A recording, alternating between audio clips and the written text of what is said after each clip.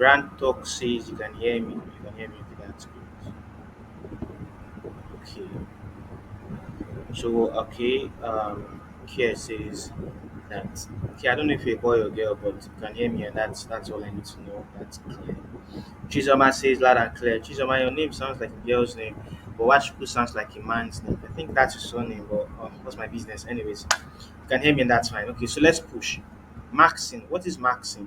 Now, sometimes in some designs, you will see something like this. I'm sure that most of you have noticed that there are sometimes that okay, how do I start this now? Let me say I'm drawing a circle. Let me start by drawing a circle. You know how I'm doing it. So I can just come here. I can place an image in this circle, which all of you know how to do. You just basically select an image and boom. So the image is in this circle, right? So this is what you have, and it's okay. I might just add a stroke to it so that you can see the the the border of that circle really well. Take it outside. So you guys know all about this. It's normal. We use it before in profile picture, blah blah blah.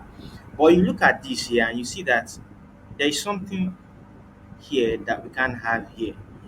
I mean, you can look at it clearly and see that the head of the woman is a very young lady that looks like somebody that I know from somewhere, but I'm not sure. I'm not sure. But she looks like somebody I know from somewhere. You can see the. Anyways, that's not what I want to talk about. So you can notice that her head, she has a limit to the head that she um. Oh God, I don't want to say.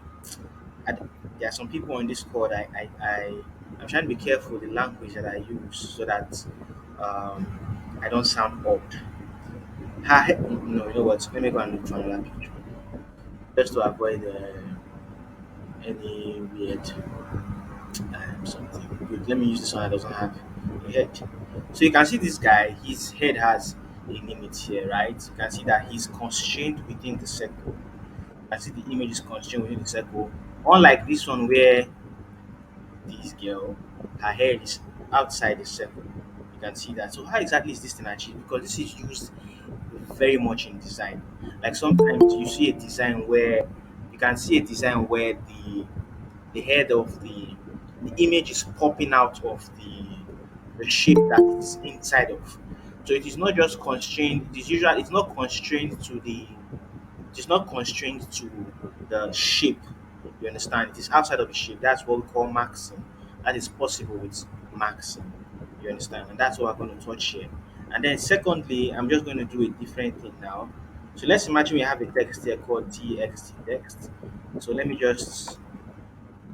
make it really big because this is number two. So I'm just going to give it like 200. You can see it clearly. And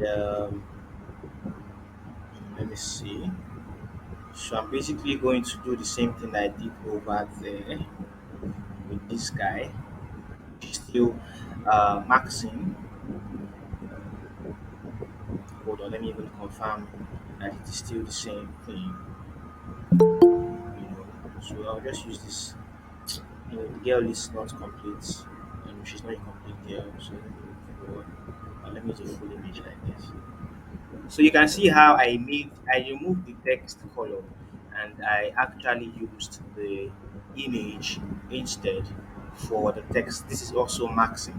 So maxing is of two different types. There's maxing to an extent where the the shape, these guys now are shapes, they're no longer text. We'll talk about that in a minute. So they are now shapes. So maxing is getting me to this point where they are now shapes and you can use an image as the fill and not just columns that we are used to. You understand? So that's concept of maxing, that ability to play with images and shapes. So I'm going to take it one by one, but I'm not going to be writing the steps because it's pretty simple. I'm going to take it one by one and I will not be writing the steps. This is a frame here. Let me start from the beginning. So let me say I want to work on a mobile phone, let's say 14 Pro Max. And let me give this as a tip to those that are designing. When you are done with your design, I mean the competition, when you're done with it, I'm sure you're going to put corner radius like this. But I think one of the best things you can do is apply a stroke. I tell you that I like to do this, like apply a stroke, put it outside, give it like let's say three or four, so that you can now put that. Depends on your background, anyways. Now, I'm not giving expo for that guy, but I'm just giving you a tip. So now let's imagine we want to do a little bit of max in here. So I'm going to draw a circle here, and I just want to put an image inside. So Control Shift K, or I just go over here and click on this and place image, you know, and then I select one of the images from my gallery here, like this guy, and I just drop it in here.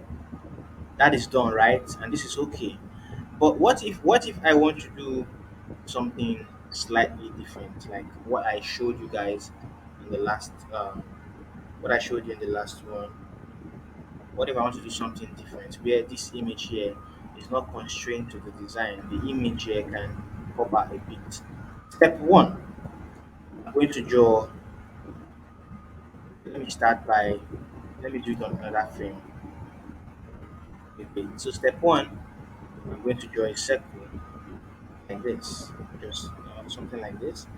I'm going to align it to the center of my screen. You get why? I just want to make sure it's at the center. Then step two, I'm going to bring the image. So I'm just going to go here, place image. But the difference is that this time I'm not going to be placing the image in the. I'll use this guess one. I'm not going to be placing the image in the shape. I'm going to place it outside like this. What is someone trying to talk? Please make sure your mic is on mute so that we can proceed without getting distracted. You understand? So the next thing that I'm going to do is having brought this image in. So I'm just going to take the image into the frame here. So I'm going to reduce the image a bit. Yeah, I'll just reduce it a bit. So after reducing the image a bit, I'm going to keep do the same thing I did to the circle to this image. I will align it center horizontally and align it center vertically, just to make sure it's at the center there. So I can push it up based on the level of difference I want on the on the max. If I want this girl to be somewhere around here, where the where her head is actually up a bit, so I can actually address that from here. So let me just keep it somewhere around here. Now the next thing you want to do is this. You want to notice, okay, this is the bucket I'm working in on the frame. I'll just call it max frame. Call it max frame, right? So that's the frame that I'm actually working on. Now, the next thing I want to do is, you see the two of them like this, the picture and the ellipse, that's the circle. I'm going to duplicate the both of them. So I just selected the both of them. I'm going to do Control D, and I just duplicated the both of them. You can see the image is now two. They are still on the same spot. You can see. So they're actually supposed to be keep them on the same spot. Now you see this one here and this one here. That's the two, the ones in the middle. This and this. Select the both of them, then you come up here and click on use as max, or the shortcut is control alternate. Then so you come here and say use as max. So when you click on use as max, it creates a max group here, right?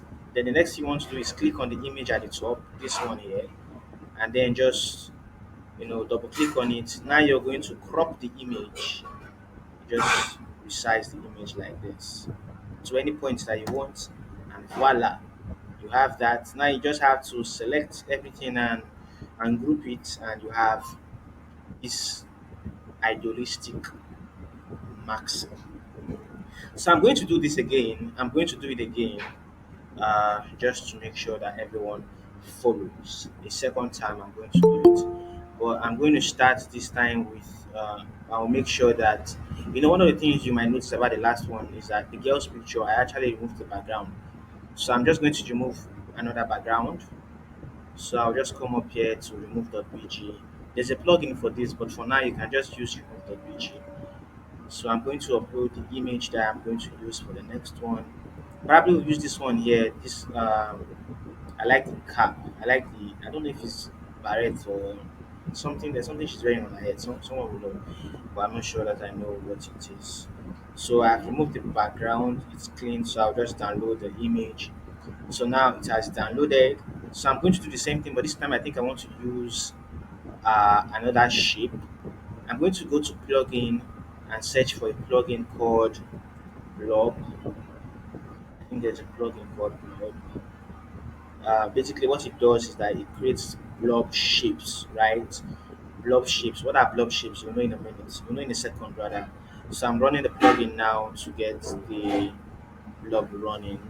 Let me see if it's going to work quickly. You can see I did not even have the plugin installed because I don't use it. But I'm just trying to use it to illustrate another example instead of taking one of our regular shapes here. But it seems like it's taking too long to come up. I might just go with the circle again for the sake of time. So I just go with the ellipse here. I'm going to draw an ellipse just like that. Then I'm going to get the image in here just like this. You're not putting the image in the circle, right? So just place the image outside, drag it into here. So now you will now be the one to decide, oh, at the end, how do I want it to be? So I think this is okay for me. So basically, our head is going to be very visible. This part of our body will not be visible, so it's going to stop. You can see the circle. If I bring the circle to the front, you will see the blob is actually running. It's just taking a bit of time. So you can see based on the circle, I'm going to shift this guy to the side. Based on the circle, you can tell where it's going to cut. You understand? So let's use the blob since the blob is up. So I'm just going to take one of it. Let's say something like this. So insert. So that's what the blob is. It's just basically to get something like this. So I'll resize it. So how did we do the first one? So the first thing I want to do is this. This the shape has to be behind the image, right? The image has to be on top of the shape. Something off here. Okay, so the shape has to be under the image, just like this. So based on the way this guy is, you can tell that by the time I'm done maxing, this portion of our head will be in display, and this one here will be out. So what I'm going to do is I'm going to reduce the blob a bit because I want to make sure a huge section of our head is outside. Alright, then I'm going to click on what we did was what you click on both of them and then you duplicate them. So I'm doing that using Control D. All right, so Control D to duplicate them, and now I have this. So I'm going to take the second and the third, the two middle guys, the second image and the first circle or the first vector or the first blob. Take the two of them, come over here, click on Control. I mean, use as marks rather. I was thinking of components. We'll come into this soon enough. So click on Use as marks. So when you click on this, you're good to go. Now the next thing you want to do is click on the first image and double just come over here because now you want to crop it. Go to fill, go to crop, and just take it up so that you can remove it from view because the other image is inside the marks you get, so it's not visible. So that's what you get. And now you can actually change the color of this circle here. You can do that by clicking on this one outside here because if you click on the one inside, it's inside the marks. All right, that one is inside the marks, so the color is not going to change. You understand? That one is doing the function of cutting. All right, so the one you want to use is the one that is outside of the marks group, and then you can change the color. So I'm just going to pick a color from this girl's head here, and we have something like this. So this is one of the things that we use. Like it is very common in design. It is very common in design. I wish I can highlight an example really quickly. Yeah. Let me go to Walmart.com. If it's not in Walmart, it should be in Amazon. Look at something like this, but that's not precise. Let me see if I can see it on Walmart. Sorry, hold on. Let me share the Walmart tab. So I just want to see if I can see it on Walmart tab. I'm sharing my tabs. I'm not sharing the screen. That's why uh, when I was in remove.bg, you were not there with me. But I'm sure that everyone here knows how to use remove.bg. I'm trying to find an instance for that, but I can't find it on Walmart. But I know that I've seen it somewhere, but I can't remember. Imagine you're creating a banner like this one, and the head of this image here is actually on top. Um, the image is not coming up. So let's see. Let me see if I can find an example here on Walmart. It's usually used especially for fashion. Like this girl now, she will basically be above here. If I don't see here, I'll have to look for it in another website. So If it's not Walmart, let's try. Let's see Amazon. If it's not Amazon, we'll try AliExpress. But I know I've seen it somewhere, right? I know that I have seen it somewhere. I just have to confirm exactly which one it was. And if you think back, you probably have seen it in some other websites and designs, etc. No, it's not going to be Amazon. Where did I see this thing? Okay, let me check Jumia. It cannot be Jumia. Um, you know what? Let me just type it here. Max, it's a Maxim UI design. Let me use this. Let me see if I can get images from Google. Let me just check. Let me check if I can use images from Google. Hold on. I just want to show you an example so that you know that it is actually being used. Mm. Yeah, so look at this now, for example. Let me open this page. It's still loading. Google is still loading. That's why it's taking all the time. So let's just wait for it to load. So you can see it's pretty simple. This look at this for example. The image is not very clear. I would have zoomed into it. Let me see this one here. You know what? Let me go to the page itself on Jibo. Let me see if we can get a better view of it so that you can see that okay, maxing is being used. Like it's one of these. You can see this. You can see this here. You see this illustration was maxed into this shape. That is why the curve here is perfect. You can see it's just perfect, and this guy is popping out. Okay, so I think maxing is actually pretty simple. So when you're done maxing, the next thing you want to do is just click on everything and just group it. Control G or right click and uh, Control G basically if you just want to be fast so that you can have it move together. So that is maxing. Alright. Now that maxing is sorted out, do you have any questions? Let me see. Do you have any questions on maxing? You can drop it in the comment section while we go to the next thing that we have to do today, which is adaptive design, right? I'm using constraints. So that's the next thing that I want us to do today. Adaptive design and using constraints. So I'm just going to, I want to launch the Figma page. You know the Figma, not the Squid Game rather. You remember the design we did for Squid Game. So I just want to load mine and then I'll share that tab. So just hold on. Let me just get the Squid Game on. So we are going to be using the Squid Game for the next thing that we are doing, which is adaptive design, right? So let me zoom into this thing. So the use of adaptive design. So we've covered the concept of maxing. Okay, one more thing. I think I did not share how I did the text. Okay, Chiamaka, I see your question. The name of the plugin I use for that shape is called Blob, BLOB. So I did not share how I did the text. So let me do the text again. All right. So I'm going to delete this one. So T for text, and I'm going to come here and type text. Very small. I'm going to increase the size to like let's say 500. So it's big enough, and I'm going to make it bold so that it's very bold. Now this is a text, right? You can see that the max you can do when you double click on it is just to edit it, but you can change this text to something that can accommodate an image, right? What I mean is that of course you can come here and get an image into the shape, into the text rather. You can do this. Everybody knows that okay, this is normal. You can do this. But what I want you to understand is one more thing, because even at this, all you can do is type, right? That's the max you can do. I want you to know that you can right click on this text and flatten it. Now, when you click on flatten, what it does is that it turns this text into a shape, like it turns it into a shape. Imagine you're doing a logo, for example. Let's say you're doing a logo for a client, and the name of the client's business is, let's say it's ABC. That's the name of the company. And you want to do a logo from this ABC. What you want to do is just right click on this, come here, click on flatten. When you flatten it, it is now and an image, like, no, sorry, it is now a shape rather. You will notice that here it is no longer displaying T for text. It is now showing you something like a curve. If you double click on it, you see all these blue lines. What do they mean? They mean that if you come here and drag, you can now edit the text itself.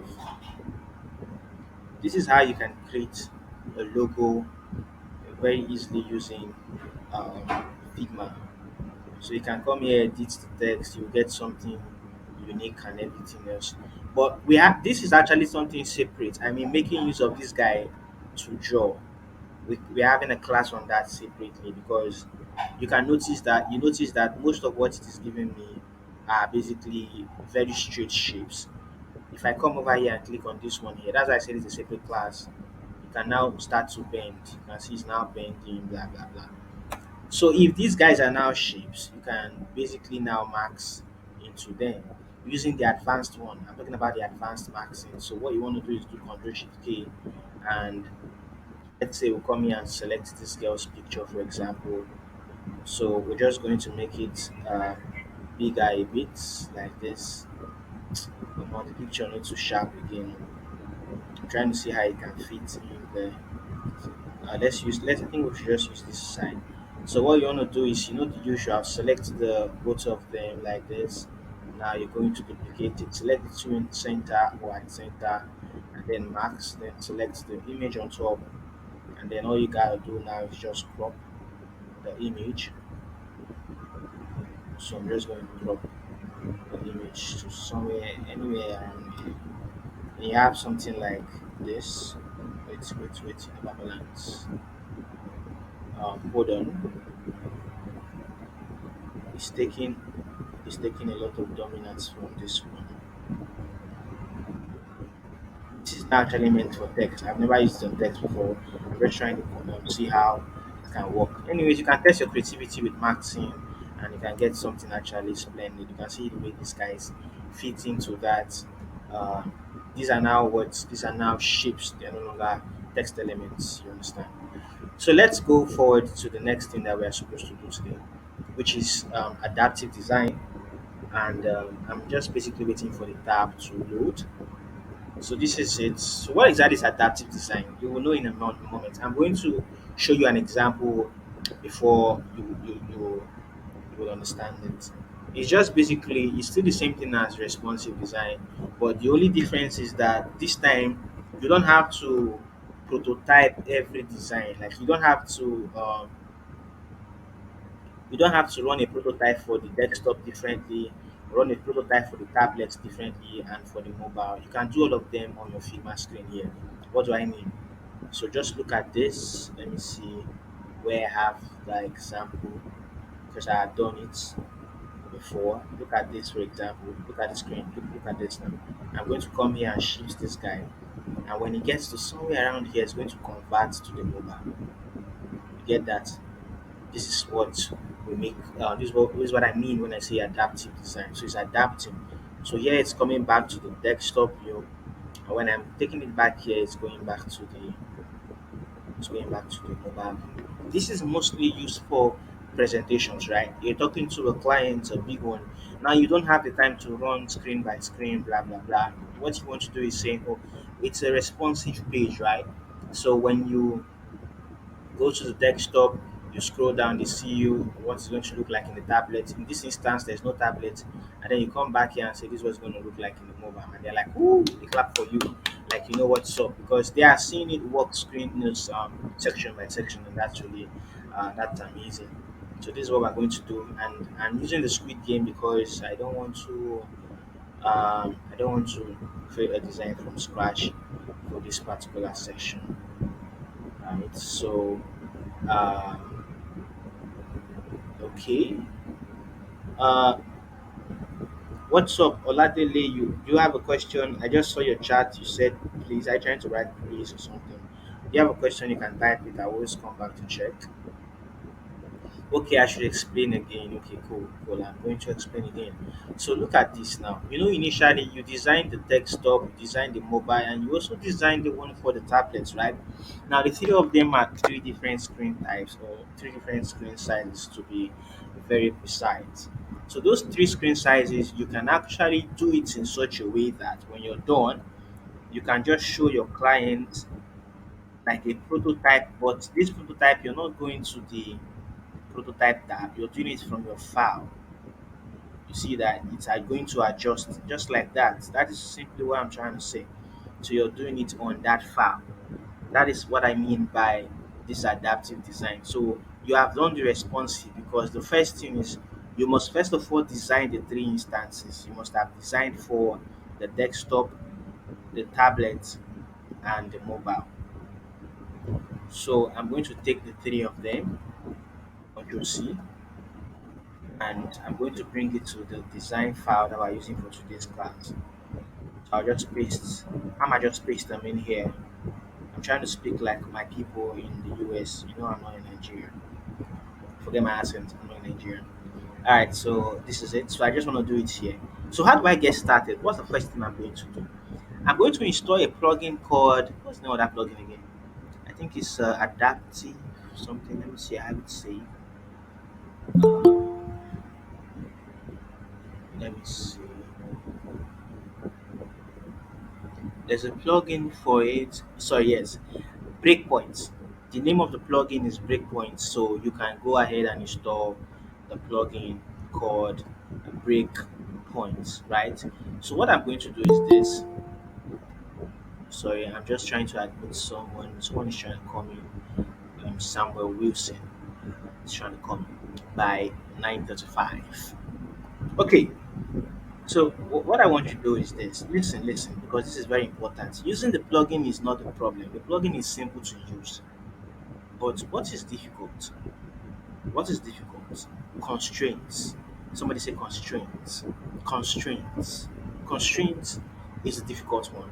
But it's not difficult, it's just that you have to understand it. So what exactly is constraints? I'm going to create a frame here for the desktop to explain constraints separately. Imagine I have a circle here, right? And I come over here, click on the desktop frame, and I want to resize it. What is happening to my circle? Nothing, right? You can see that nothing is happening to my circle. Good. Imagine this circle was imagine this circle was moving to the left when I was actually moving the frame. It will make sense, right? That's constraint. Because if you look at the Figma design that I have here, and let me go back to the breakpoints, you will notice something that the elements are moving. You can see that they are moving. You can see the image is moving itself. You can see it's moving. That is a work of constraints, right? That is a work of constraints. We use constraints to make the process, the processing of the design, that flow, we use it to make it sweet, like so that it doesn't look odd. Okay, trying to look for okay, yeah. So we use those constraints to make sure, oh, this guy is actually going to stick. So as I'm moving left, it's moving left. It's not moving out of the view. All right. So let me check this one. Let me see if it's the same thing. You can see it. Good. So how does that work exactly? How does that work exactly? So what you want to do is monitor what we call constraints here. So what are constraints?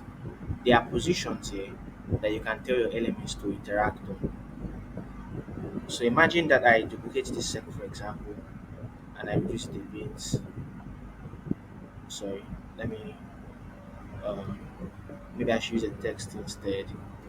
So I'm just going to write whatever I wrote there, 100. So let me keep it here. Imagine I want this guy to stick to the right. This is the right. All I need to do is come to the constraint, and you can see this left to right here. You can see up to down here. So I come here and tell it stick to right. That's all. So when I come back here and I try to move this guy, you will notice that this one is moving with me because it's on stick to right. You see that? It's moving with me stick to right. That is constraint. If I tell this circle here, okay, left and right, I want you to stay at the center. Watch this. When I try to move this guy, the circle is moving to the center. it's going to constantly be at the center. That is the job of constraints. So what you want to do is just you can play around with this much later, but you just need to note two things. This is well, the horizontal and this is the vertical. So imagine this guy's at the top here, and I tell it that vertically stick to bottom. So what that means is, I mean, stay constrained to bottom rather. If I'm moving this guy, he's going to be coming with me because it is staying to bottom. That's what I gave it. That's the command I gave to it.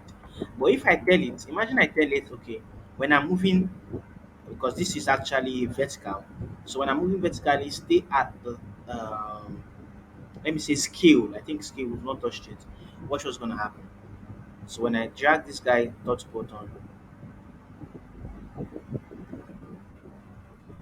something is going to work best for that. I think it's going to work best for at the center initially.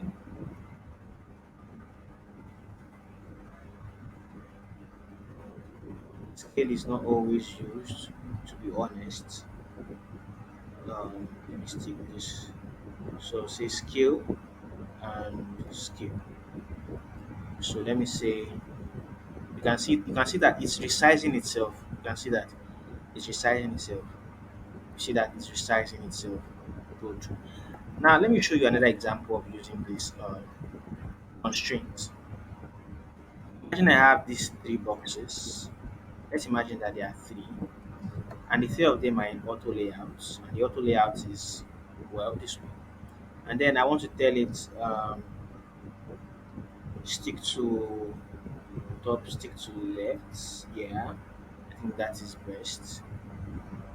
So if I'm moving, you can see that it's going to stick to left.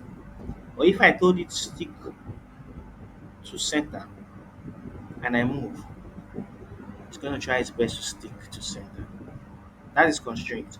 So basically, so basically, when we are designing, when we are designing and want to use constraints for the adaptive design, what we want to do is just to basically create a smooth flow. We want to make it that when this guy is moving, everything is moving with it. Look at this contact. You can see that these guys are not moving, and that's not nice.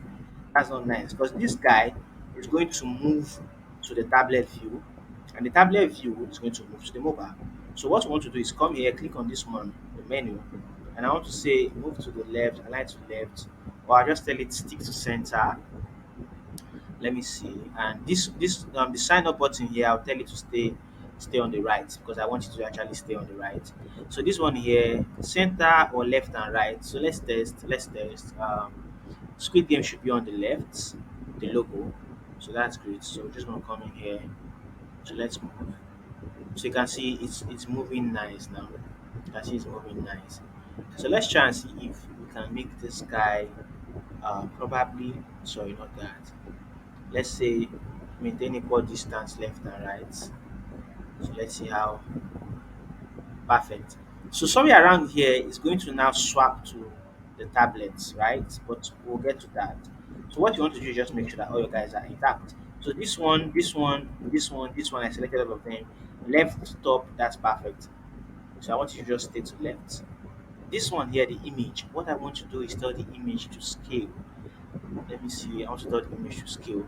And I just want to be honest with you, I'm testing it out because I don't use this feature. But this is one of the things that you need to know. Alright, so I don't use it. I basically don't use it, but you just need to know because you might need to present, and when you need to present, you just want to know that oh, there's an option like this. That's basically what I'm trying to do. So you can see the scale is working. You can see it's getting smaller. Somewhere around here to just swap to tablets is going to fall. That's just it. That's just it, really. And then to so the next thing you want to do is when you come up on this one, now you want to make sure that this one can flawlessly go into this one. So I'm going to come to Squid Game. Left and right, I'm going to tell it to scale, right? Because I want it to grow smaller. And this one here, I want it to actually scale as well. So when I'm moving it, I want it to scale just like that. Somewhere around here to boom to this guy. Right. So having done the constraints, I want to make sure that the width of this guy is equal to the exact width because I may have changed something. So the width is supposed to be what now? 1000. No, no, it's supposed to be 1728. So let me go and confirm that that width is correct. So yes, the width is correct. Okay. Yes, the class is being recorded, Chamaka. The class is being recorded. I know it's plenty, but we just have to do it, right? We just have to do it. All right. So let's do this. So using your breakpoint plugin, what you want to do is the first thing I want to do is get backups for these guys because by the time you get breakpoints, you might need to just get it like this first. So we're going to use this ones. So I'm just going to run my breakpoint plugin. You can actually install the plugin from here. I'm sure you know how to do that. So I'll go to save plugins, then I'll go to breakpoints. I'll click on it. So when I click on breakpoints, it's going to load maybe today or tomorrow. Don't mind I'm clicking, it's going to load. Wait.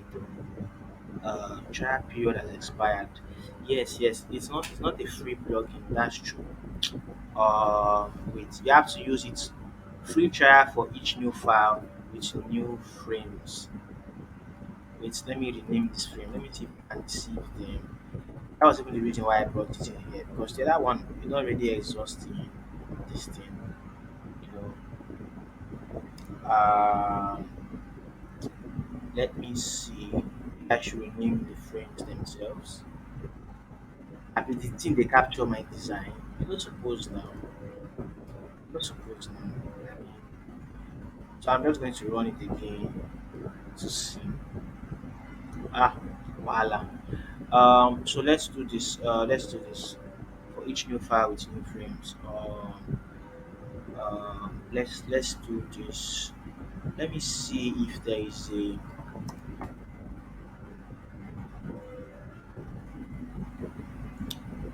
Let me see. Maybe I should just use empty frames and see if I can just use them for the example. Then for you guys, it will work flawlessly for you. It's going to work flawlessly for you. But let me just see. I'm trying to see if it's going to accept this. Um, new guys.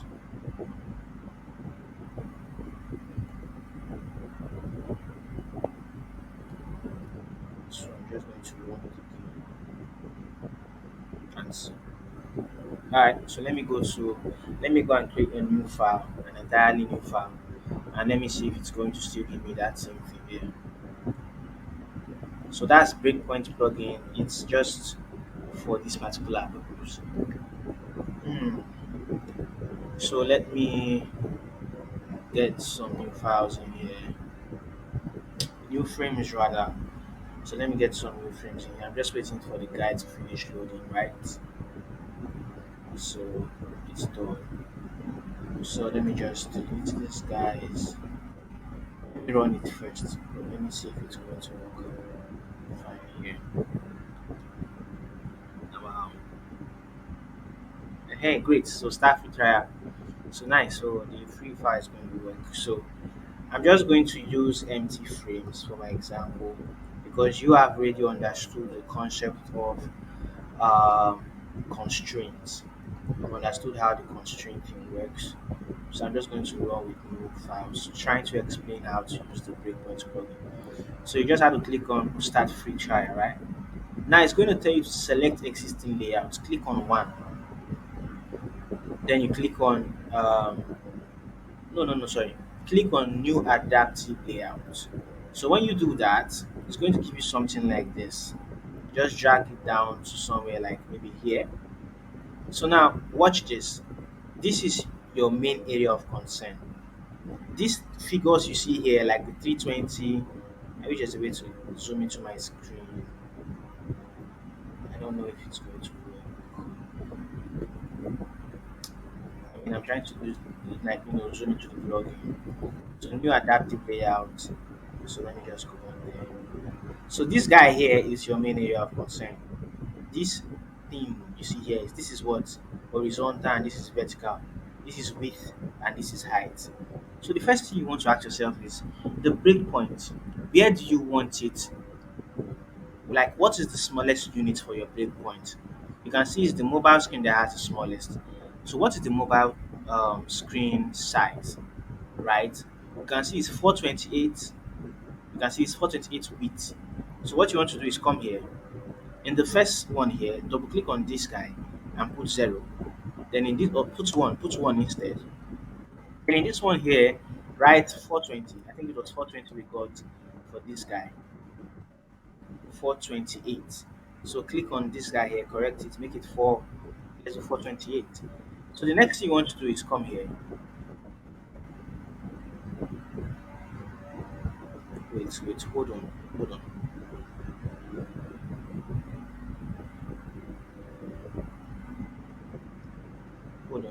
I might be missing something. Hold on. It's been a while I used this breakpoint. So if I click here, like I told you I don't really use it. I just know it's actually cool. So let me just restart it. I feel like I missed something somewhere. So click on continue, new adaptive layout. So I'm going to come here and click on 1 to 428. I'm going to click on this plus here. When I click on the plus, the next thing I want to select is the width for the tablet. So the tablet's width is what? 744. So I'm going to come here and type 744 here. And then the next one is the one for the desktop. Notice this. I want you to notice something. You can see it's showing me. Wait, let me take it down. 1 to the 428. So when it gets here, it's going to transform to mobile. The 744 is the new one for the tablet, and then the one for the desktop is going to be 1728. So I'll click on this, come here, click the plus icon, and here I'm going to type 1728. Now we have the three uh, breakpoints, right? Good. Then you see this plus here. This is where you will now click to add the frames, right? So what you're going to do is this one here is this frame, this one here is this frame, tablet, and this one here will be your desktop. So if I click on this one to say select the frame that has the horizontal 1 to 427. So I'll click on this one and it's in. That's it. The second one, click on this, select the tablet. The third one, click on this and select this guy. And that's all. It's in there now. Had it been I had any design here, it's going to show, it's going to be much more colorful, etc. Blah blah blah. So what's up now? So if I take this now and just drag it here, at this point it's going to swap to. Oh, wait, let me try and see if the Figma is going to, the Squid Game is going to work here, so that it's going to be really nice to have the actual design working. You understand? So that you guys can actually see how it's breaking. So let me try. They don't bond the thing where to not work now because it just worked. I mean, so it has to work. I'm going to delete all of these guys. Let me check if it's going to work. I don't know if it has marked the design. You know, all these people, you see what I'm talking about. It has marked this design. Why? It has marked this design. Oh, you know what? Okay, let's just go with that previous one. So what I'll just do is I'm going to delete. Let me go back. So let me try and see how I can just put something inside of this guy. Mm, maybe I should use color difference. I just want you to see how it's working. So let me just use color difference so that you can see how it's working. Alright, so what are we doing? So you come over here, click on it. I think it's disconnected. So let's try again. So plugins, breakpoints. I hope it doesn't give that issue again. Okay, fine. So continue. Somehow I think it has marked that Squid Game design. Anyways, it's cool. They are smart.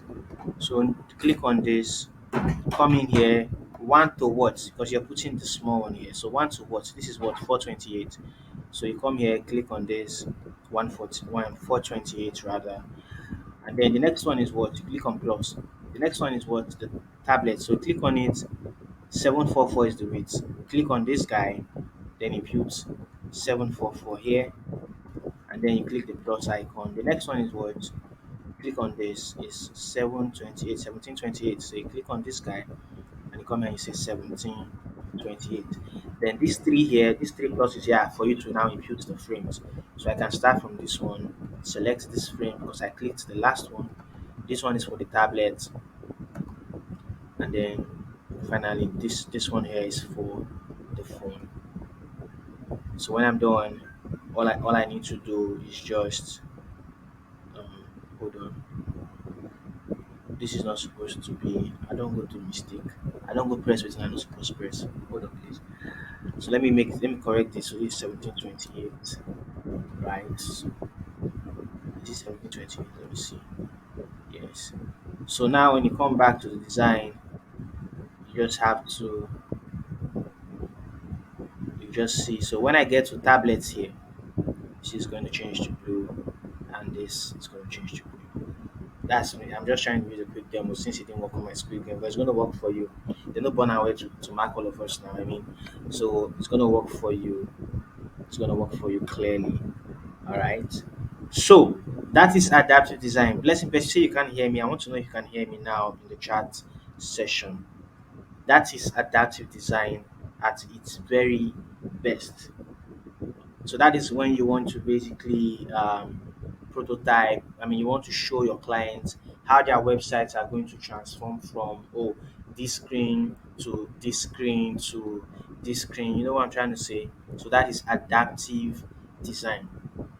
All right, that's adaptive design. So I want to know if you have any questions. I understand that maybe it might be a bit of an issue to accumulate everything at once, but that is why the video is there for you. The video is going to be here for you to actually come back to and do this. All right, I'm going to drop your assignment in the group one. Of course, you already know your assignment when it comes to the Squid Game. Your assignment is make it adaptive, do a video, and show me. That's all for the Squid Game. Then, concerning the subject of marking, you're going to create 4 marks, or you know what, make it 5. So you're going to create 5 marks, right? So I mean, when I say marks, you know what I mean. So 5 beautiful images that are marked using the blob.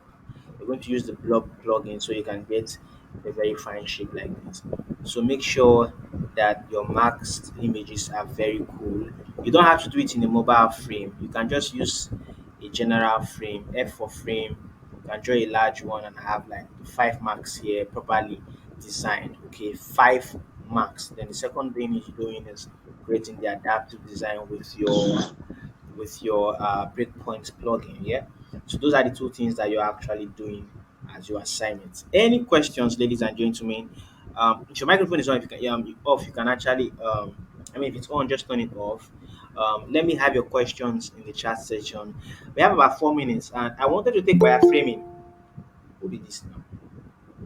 I feel like somebody wants to join. Okay. I wanted to take wireframing, but we can leave it for the next class. We take wireframing and information architecture design at once in the next class. That is what is already scheduled for the next class, information architecture design. So we'll take it alongside wireframing as well because information architecture design is done in the design process before wireframing. All right, it's done somewhere around stage 3 when we come to ideating. So we'll discuss it and also wireframe as well. So